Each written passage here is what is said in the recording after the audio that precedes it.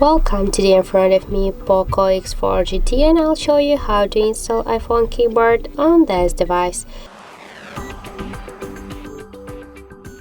So first we should open the Play Store application, and then in search field here enter the green Apple keyboard, and now we should get this application. That's why tap here to install and wait a couple of seconds while this application downloading and then installing on your device. After that we just should click here to open the app and click enabling settings.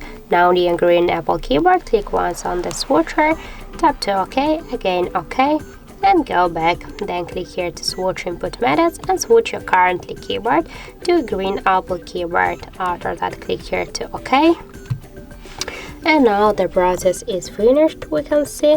And now just to let's go, for example, here into the app search to see the new look of our device keyboard. And now we can see that this keyboard is so close to the iPhone 1 as all of our emojis. So that's it. Thank you for watching, and if you find this video helpful, don't forget to leave a like, comment and to subscribe our channel.